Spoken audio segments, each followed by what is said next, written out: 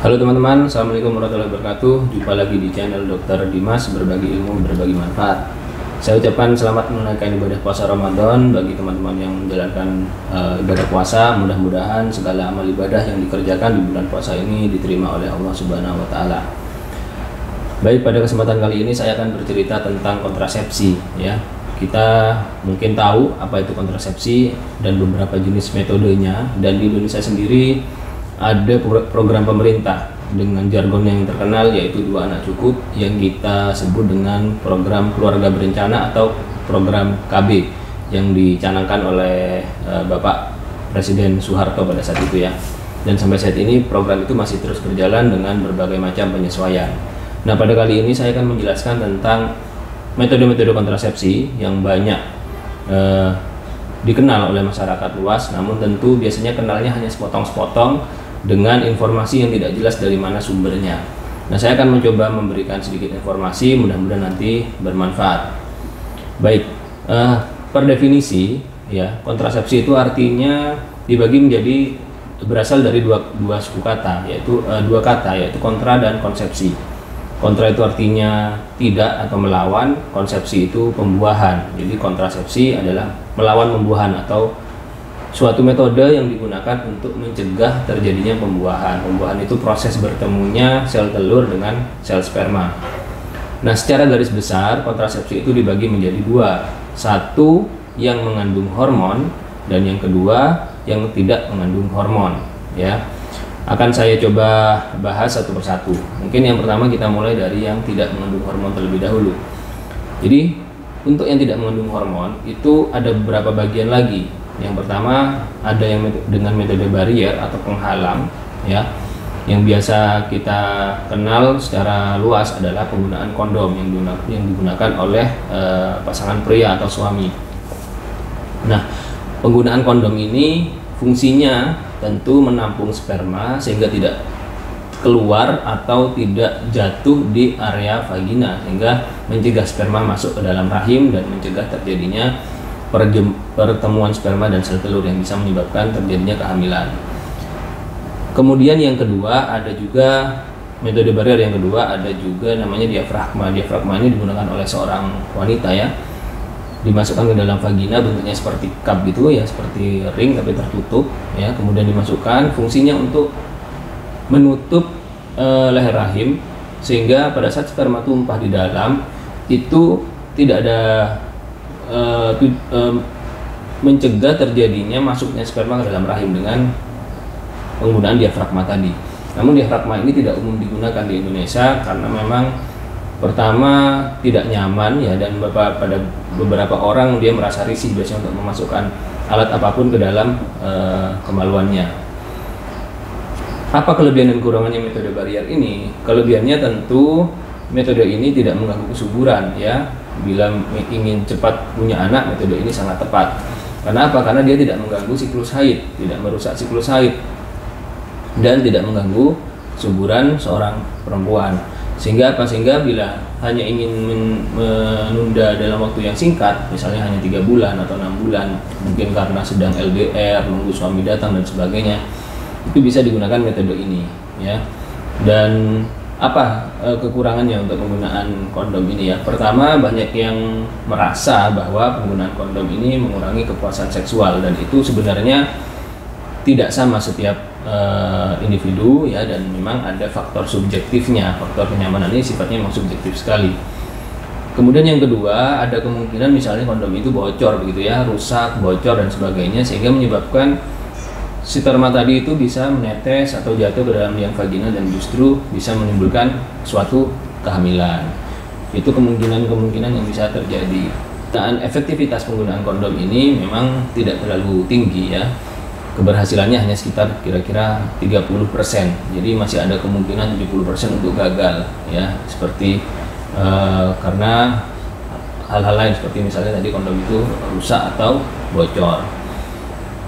Nah, itu tadi terkait tentang penggunaan kontrasepsi barrier. Kemudian kontrasepsi kedua yang tanpa KB adalah pada ibu yang menyusui itu dengan metode aminorelaktasi. Ini tentu pada ibu yang setelah melahirkan ya. Jadi setelah melahirkan, kemudian biasanya kan ada program ASI eksklusif begitu ya. Dengan menggunakan program ASI eksklusif itu harapannya setiap 2-3 jam sekali ASI itu dipompa, ditetekkan gitu ya, disusukan ke si bayi, sehingga hormon prolaktin yang memproduksi ASI itu bisa menekan hormon estrogen yang berfungsi untuk menebalkan dinding rahim untuk proses haid. Sehingga bila ASI itu dikeluarkan secara rutin, maka bisa terjadi kondisi di mana ibu itu tidak haid ya. Dan ini namanya fase atau kondisi amenore. Pada kondisi ini memang ada kecenderungan seorang ibu untuk sulit hamil ya. Namun demikian, metode ini cukup tinggi angka kegagalannya karena biasanya siklus haid seseorang itu tidak sama. Yang kedua, komitmen untuk rutin memberikan ASI itu tidak sama ya. Ada yang rutin tiap 2 jam memang dipompa, namun ada juga yang sesuka-suka ibunya untuk memberikan ASI, sehingga hormon yang harusnya keluar rutin itu menjadi tidak maksimal keluarnya dan bisa menyebabkan kegagalan metode ini. Memang angka keberhasilan metode ini hanya sekitar 20-30%.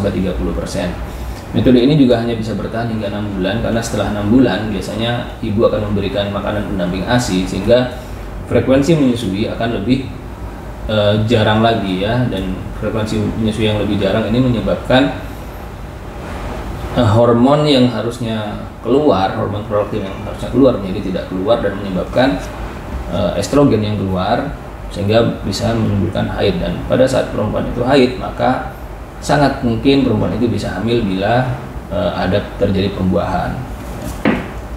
Oke, itu yang kedua. Metode yang ketiga adalah senggama terputus, yaitu ejakulasinya tidak di dalam vagina tapi di luar vagina. Metode ini salah satu yang memang dianjurkan pada mereka-mereka yang ingin menunda kehamilan dalam waktu pendek ya. Karena metode ini tentu tidak akan mengganggu kesuburan ya, karena tidak memberikan obat apapun ya. Hanya saja penggunaan metode ini cukup riskan ya, karena kadang-kadang bisa berisiko kalau misalnya si suami telat untuk mencabut alat kelaminnya pada saat ejakulasi, dan ini bisa menimbulkan kehamilan. Kelemahan kedua, banyak yang mengeluhkan bahwa metode ini itu mengganggu kepuasan seksual, jadi tidak mendapatkan kepuasan seksual secara maksimal dari pihak laki-laki ya.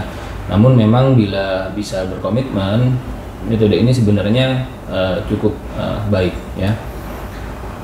Angka keberhasilan metode ini juga tidak terlalu tinggi, sekitar 20-30%. Angka kegagalannya memang lebih tinggi daripada angka keberhasilannya. Ya, kelemahannya itu tadi, tidak semua orang bisa melakukan ejakulasi di luar yang membutuhkan membutuhkan timing yang sangat tepat ya. Sesaat sebelum ejakulasi benar-benar ditarik keluar. Kemudian yang ketiga adalah metode menghitung masa subur ya, berhubungannya justru di luar masa subur. Metode ini membutuhkan syarat. Jadi syarat yang pertama adalah haidnya harus normal. Kemudian syarat yang kedua tentu tidak dalam penggunaan KB-KB lain ya. Nah, kesuburan itu secara umum terjadi 2 minggu sebelum haid selanjutnya. Sebagai contoh begini, misalnya siklusnya 28 hari, haidnya tanggal 1 Januari, maka kemungkinan haid berikutnya kalau 28, maka kemungkinan 28 Januari. Ya, anggap aja 28 Januari yang paling umum sering haid misalnya. Maka dikurangi 14 hari ke belakang, ya kira-kira sekitar tanggal 14 Januari itu masa subur, maka bisa diupayakan untuk berhubungan di masa itu bila ingin hamil ya, itu bila ingin hamil. Namun bila tidak ingin hamil, maka hindari hubungan di antara tanggal itu, antara tanggal 13, 14, 15 atau 16, karena itu hanya ring atau batas waktunya ya. Maka biasanya hindari di periode di masa itu, hindari hubungan di masa itu. Dan angka kegagalannya pada metode ini juga cukup tinggi, karena menghitung masa subur itu tidak mudah, tidak sama setiap wanita, dan kecenderungan untuk melesetnya juga cukup tinggi. belum tentu juga yang sudah kita hitung begitu akan tepat hitungannya.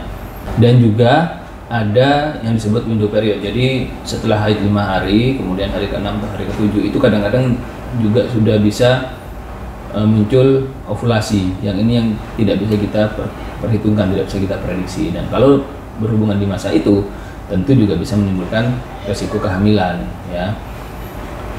Kelemahan yang kedua, biasanya masa tidak subur seorang perempuan itu kan terjadi di beberapa hari sebelum haid selanjutnya, yaitu yang memang tidak subur sudah, ya. Hanya saja di masa-masa itu biasanya hasrat seksual, libido dan sebagainya itu sudah mulai turun, sehingga kadang-kadang kalau dipaksakan berhubungan di masa itu justru bisa merusak relasi suami istri, ya.